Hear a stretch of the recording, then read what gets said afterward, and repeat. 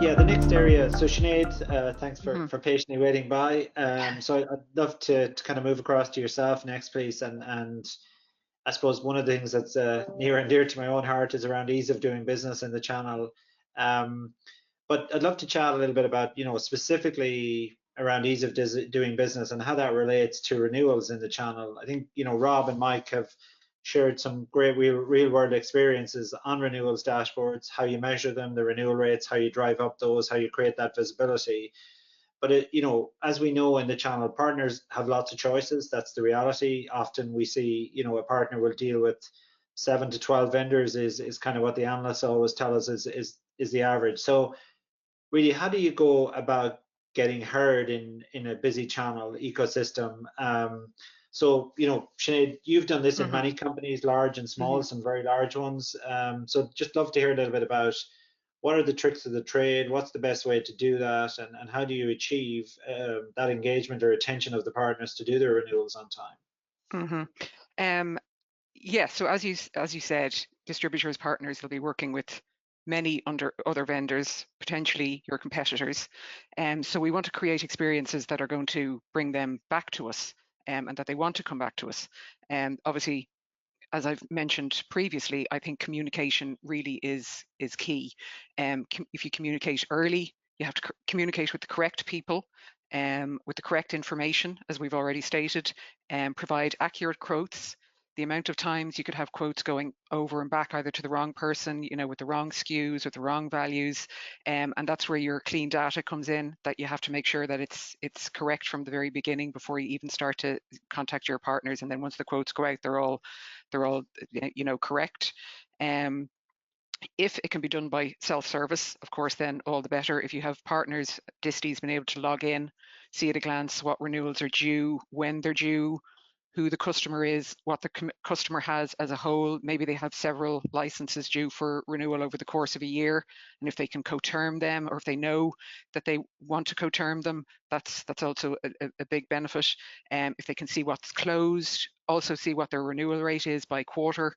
If they're on incentives, how far away they are from their incentives, that they have to keep going to hit those particular rates that they need, and the value that's there. I think renewals can be, as we've probably alluded to, very underrated within companies. Sometimes it's all about the new logo, and people do leave money on the table when it comes to renewals.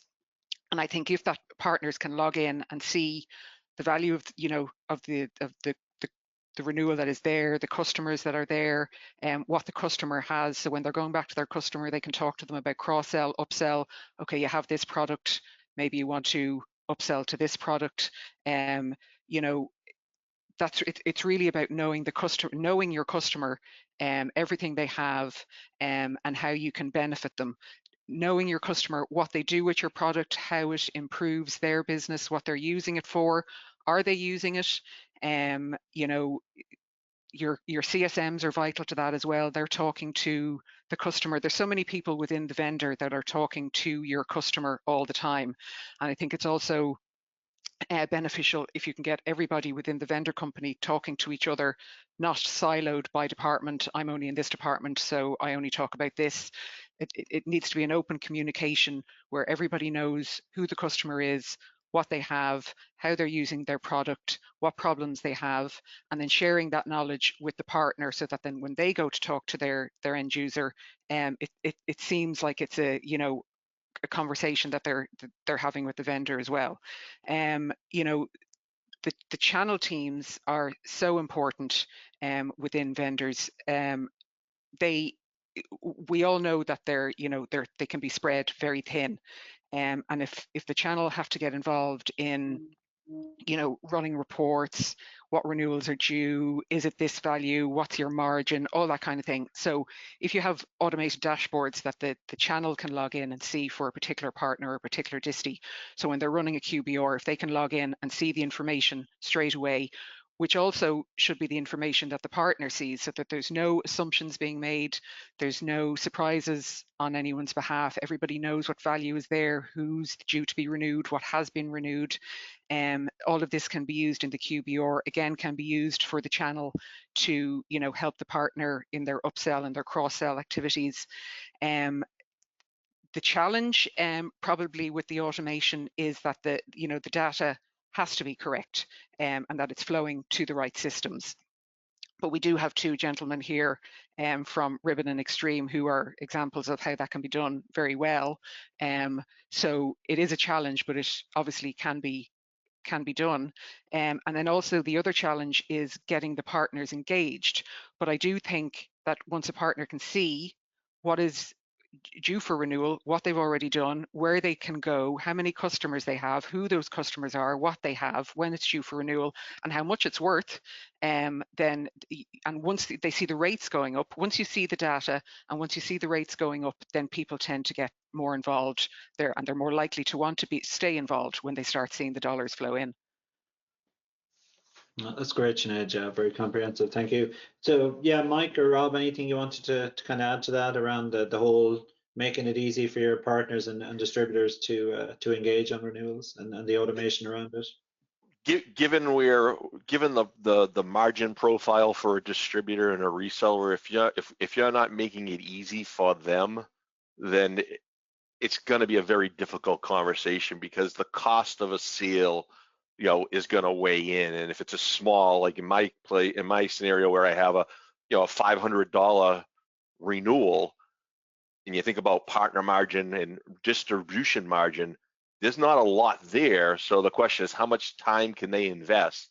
So if it's not in a systematic, automatic way, it becomes a bottleneck. And honestly, and I say that just not for Extreme, I say that for all OEMs that are providing a renewal opportunity through a channel model. We have to continue to innovate to give greater capabilities. Because Ken, you said it earlier too, there's not 50 people sitting at the reseller just waiting for Extreme to send them a renewal quote and say, go close it. It's not happening. Well, they're limited in their resources as much as we're limited in ours. So it has to be a mutually agreed upon approach that benefits all parties along the line and makes it just easier. And Sinead made the comment, data is key too, because we do some automation, but we also see a good amount of that automation get kicked back just based on, hey, do we have the right data, or is the data incorrect and it needs to be updated? That's great, Rob. Okay, no, that's great. Thanks very much. And sorry, Mike, did you want to chime in? Yeah, I'll just jump in. I mean, I said this earlier. I mean, I think it's really important to meet your partners where they are to some degree. Different partners are at different places, and we shouldn't expect them that they'll all thrive under the same scenarios and the same process and the same methods that we use for one partner won't work for another. So, I think that's one thing I'll say that I think is key that I've learned through this.